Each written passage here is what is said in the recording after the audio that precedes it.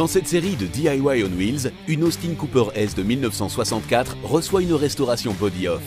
Dans l'émission précédente, nous avons accompagné notre garagiste, Carl, vers l'entreprise de révision du moteur.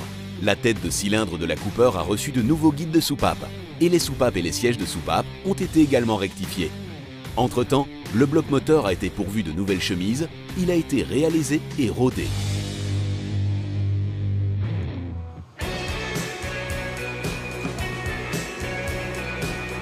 Dans cette émission, tout sera remonté. Nous commençons par le bloc moteur qui a encore été lavé proprement pour l'assemblage.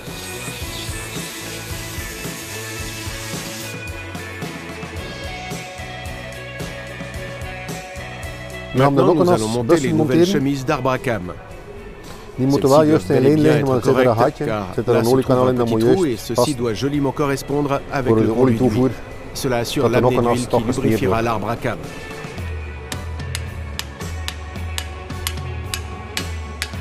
Celles-ci sont tapées bien droites à leur place. Il existe un point d'attention important pour les secondes et troisièmes. Ici, vous voyez que le conduit d'amener pour l'huile est marqué sur le bloc, de telle sorte que le petit trou coïncide parfaitement au conduit.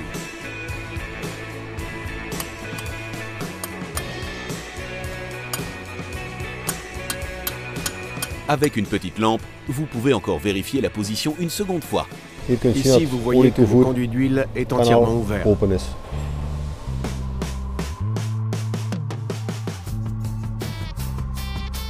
Puis, l'Arbacam peut reprendre sa place. L'Arbacam a été également contrôlé entre-temps. Toutes les cams ont encore la bonne dimension. Parfois, celles-ci peuvent totalement s'user, mais celles-ci sont bonnes et nous pouvons donc réutiliser l'Arbacam.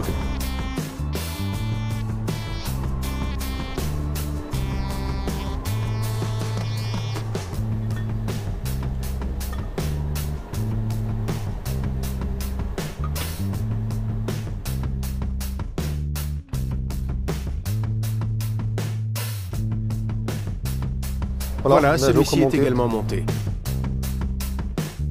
Pour la prochaine étape, nous avons besoin de pistons. Ceux-ci sont tous pourvus de nouveaux ressorts. Les bielles doivent aussi recevoir de nouveaux roulements. Ceci est un ancien roulement. Et ici, on en a un nouveau.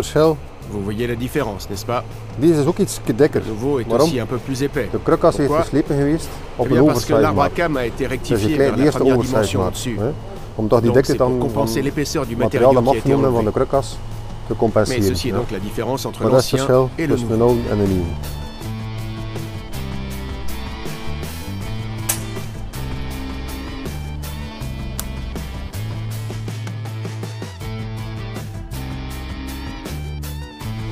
Maintenant, nous allons monter les ressorts de piston. Il existe 3 ressorts de compression, un au-dessus et 2 en dessous. Et ceci est le segment racleur de l'huile. C'est le ressort situé en dessous. Celui-ci tire l'huile vers le bas à partir du dessus de la paroi du cylindre. Ainsi, l'huile ne sort pas dans le haut et la consommation d'huile n'est pas exagérée. Il doit tous être correct et la séquence doit être respectée. Alors que les pistons sont tous préparés, nous allons examiner l'Arbacam. Maintenant, nous allons équilibrer l'Arbacam. Pourquoi? Eh bien, si un côté est un peu plus lourd que l'autre côté, vous avez un déséquilibre dans votre moteur et également des vibrations. Ceci n'est pas fait en usine, mais quand même conseillé lors d'une révision. Le fonctionnement du moteur sera plus souple si le poids est équilibré. Si ceci est plus lourd, vous vous retrouvez avec des vibrations.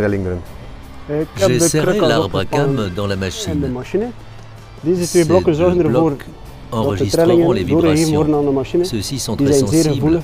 Donc, chaque vibration qui est provoquée par l'Arbacam est transmise à la machine. Ainsi, je peux lire où se situe le point le plus lourd et je peux enlever un peu afin d'éliminer les vibrations. L'Arbacam est testé à une vitesse de 1700 tours. Je peux effectuer une double vérification avec l'appareil de mesure. Voilà, 1700 tours. Je vais commencer par équilibrer l'avant. Vous voyez que l'appareil de mesure réagit Je tourne maintenant jusqu'à ce que je trouve le point le plus lourd. Lorsque cet appareil de mesure ici se situe sur 0, j'ai trouvé le point le plus lourd. Avec ce bouton, je peux maintenant déterminer quel poids doit être retiré. Cela est très minimal car l'aiguille se trouve encore dans le verre. Je peux maintenant l'alléger un petit peu, de telle sorte que l'aiguille reste joliment sur 0. Il suffit ici simplement d'enlever un peu de métal en perçant avec un forêt pour métal. Puis le test est répété.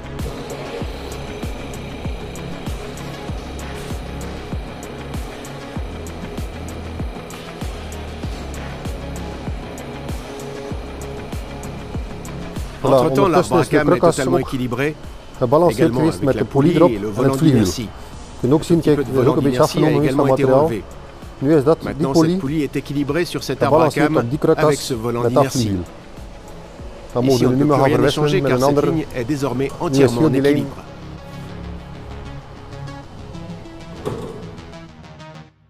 Maintenant, nous pouvons monter l'arbre à cam dans le bloc moteur. Pour cela, nous utilisons également de nouveaux roulements. Et ce sont les nouveaux roulements pour éliminer le jeu axial. Ils se placent ici. Bien entendu, ce sont aussi des nouveaux.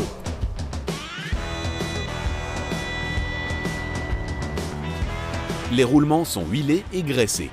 Ainsi, vous êtes certain que ceux-ci seront lubrifiés lors du démarrage du moteur, même si celui-ci est resté longtemps à l'arrêt après la révision, si bien que l'huile a déjà séché.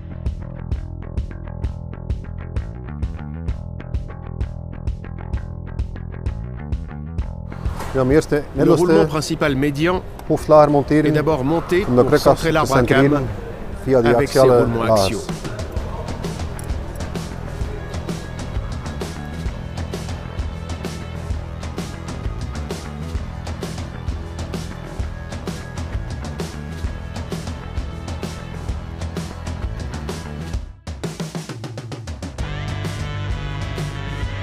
Maintenant, le roulement principal est fixé à 83 Nm tel que prescrit dans le manuel d'atelier.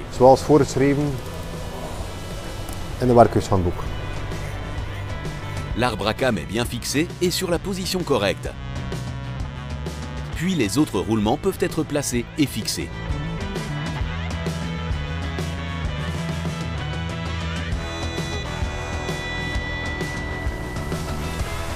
Et même en toujours faire tourner à la main, vous voyez ainsi si quelque chose serre ou est tordu, mais cela paraît bon. Et maintenant, nous pouvons monter les pistons.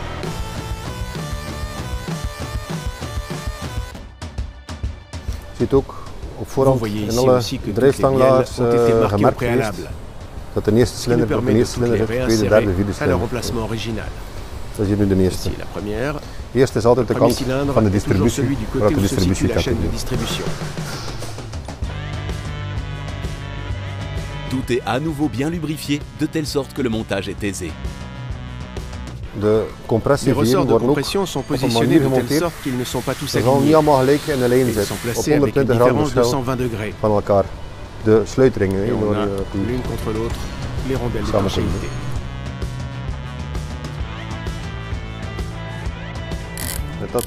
Avec ce petit appareil, les ressorts sont comprimés dans le même plan que le piston. Et ceci facilite le montage dans le cylindre. Le dernier usinage que je dois encore faire avant de remonter la tête de cylindre consiste à la surfacer pour qu'elle soit ajustée au bloc, qui a également été surfacé. Je vais maintenant régler la machine de telle sorte que je dois enlever le moins possible de la tête de cylindre. Je place le ciseau juste contre. D'abord effectuer un petit contrôle pour voir si je ne prescris dans le manuel d'atelier à 64 Nm. Voilà, les butées sont ajustées. Je vais commencer par enlever 3 centièmes et je verrai alors tout à l'heure s'il faut encore enlever davantage. Effectivement, le burin a touché encore ici et là, je dois donc encore enlever davantage. J'applique un peu d'huile sur la tige de soupape afin qu'elle glisse aisément dans le guide de soupape et je le fais pour les 8 soupapes. Alors que tous les pistons sont montés dans les et cylindres, les soupapes se situent bien entendu à l'endroit où nous les avons rodées. Et je vais monter les joints, mais je ne peux pas oublier la rondelle plate, voor we dat de cilinderkop kunnen monteren, is die nog vlakken zodat die mooi plat ligt op de blok die ook eveneens gevlakt geweest is. We gaan nu nog enkel de machine Ce joint doit racler l'huile de la tige de soupape afin que l'huile ne refoule pas vers le cylindre et que la voiture ne produise pas de fumée bleue. Een kleine controle uitvoeren. Et maintenant, il ne reste plus qu'à monter les ressorts. Maintenant, nous pouvons monter les ressorts sur les soupapes. Les rondelles par-dessus. Et avec ces pinces très pratiques, je peux pousser les clavettes à leur place. Nous laissons l'appareil se relever prudemment. Et le ressort est à sa place. Le moins possible, mais cela doit être plane. Het enkel nog maar hier en hier geraakt. Dus gaan we nog wat moeten toezetten.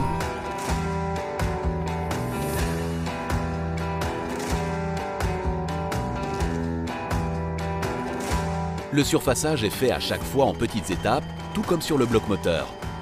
On évite ainsi d'enlever plus de matériaux que nécessaire.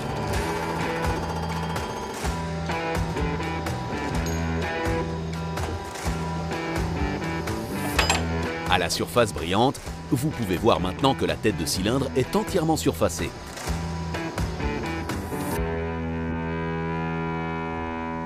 L'étape suivante est le montage des soupapes.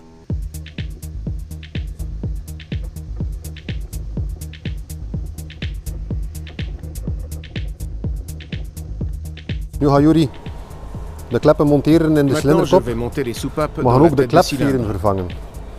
Dat zijn de oude, dat zijn de nieuwe. Kijk, welke hoogteverschil al. Altijd best ook altijd vervangen.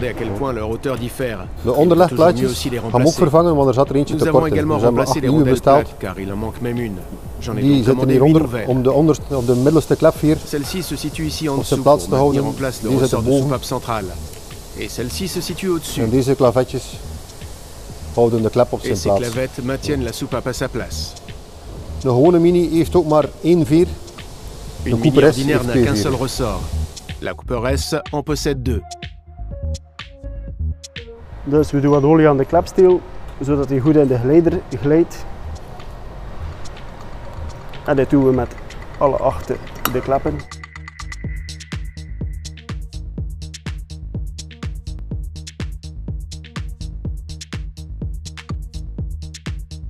En de kleppen zitten uiteraard op dezelfde plaats van waar we ze gerodeerd hebben.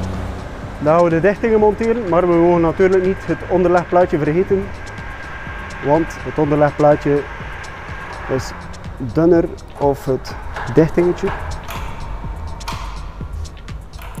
En die duwen we mooi tot op het einde. Die dichting is aanwezig om de olie af te strijken van de klepsteel, zodanig dat er geen olie meegaat terug naar de cilinder en dat de wagen geen blauwe rook produceert.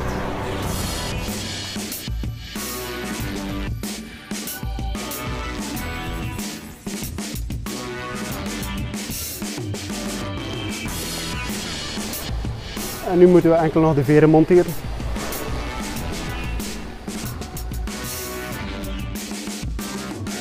Goed, nu kunnen we de veren monteren op de kleppen.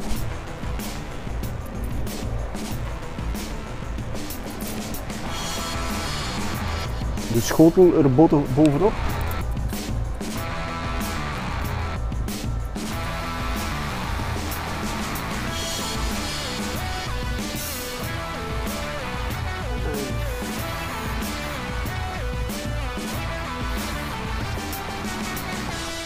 En met een handig toestelletje kunnen we onze koontjes op zijn plaats duwen.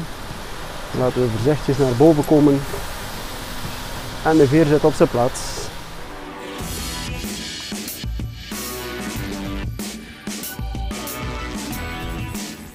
Et toutes les soupapes sont remontées de cette façon.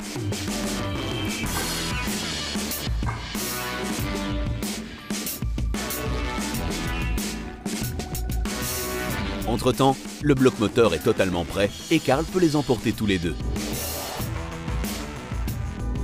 Il assemblera le bloc moteur lui-même, mais pour cela, il doit d'abord réviser la boîte de vitesse. Vous verrez comment il procède dans les prochaines émissions de DIY on Wheels.